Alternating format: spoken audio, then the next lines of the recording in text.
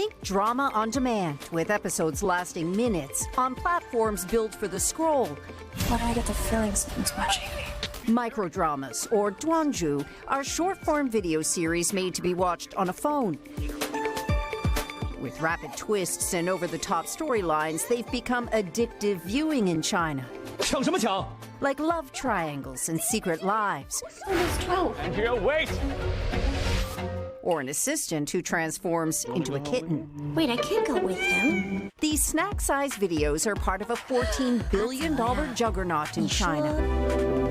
And just as binge-worthy in the U.S., where according to eMarketer, audiences will triple to 45 million viewers per month by 2028.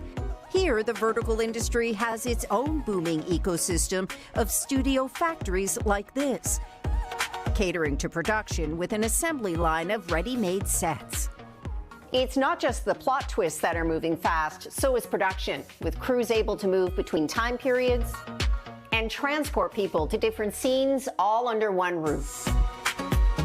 Meaning crews can shoot dozens of episodes in a single day.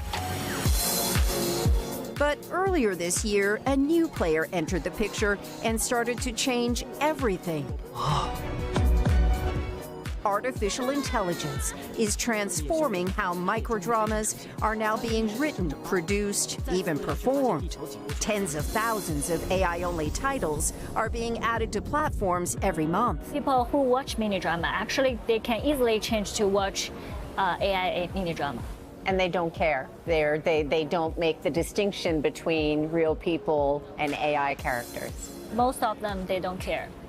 With AI, filmmakers who used to hire a production crew can now create an entire series on a computer. In AI, if you want to have like a sunny day, it's going to be a sunny day. If you want to rain outside, it's going to rain outside. You create the character, you create the locations, you control everything. Right.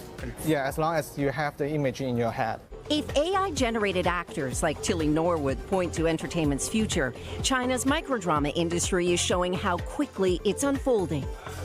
In Zhengzhou, considered the vertical filming capital here, studios built inside office towers and shopping malls, often with government subsidies, are now doing less. Wu Hongbing says compared to last year, his studio business is down nearly 70% because AI is cheaper than using human actors in real locations. We're a bit worried, he says, but not panicking yet.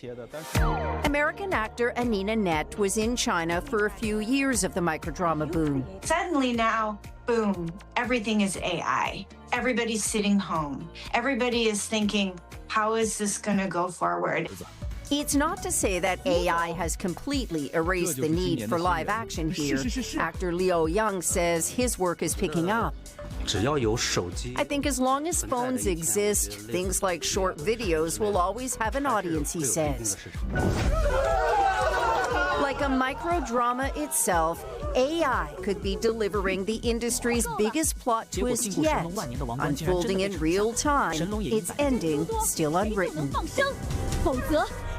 The bigger story is just how quickly microdramas and AI are colliding. Everyone we spoke with in the industry in China pointed to the same thing, that live action work was down dramatically earlier this year, just as new tools like C-Dance were being rolled out. And here in the U.S., SAG-AFTRA, the Actors Union, they're trying to get ahead of that. They're pushing for protections for performers' digital likeness, because the question is no longer whether AI is going to change entertainment. It already is. Yeah, my gosh. Yeah, but does that mean we have to consume it or no?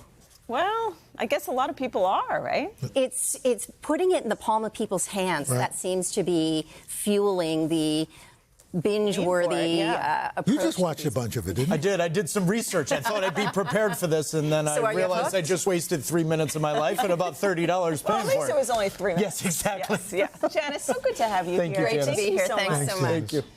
Hey, thanks for watching. And don't forget, you can catch the Today Show every morning on NBC or take Today when you're on the go. Just follow the Today podcast on Apple Podcasts, Spotify, or wherever you listen.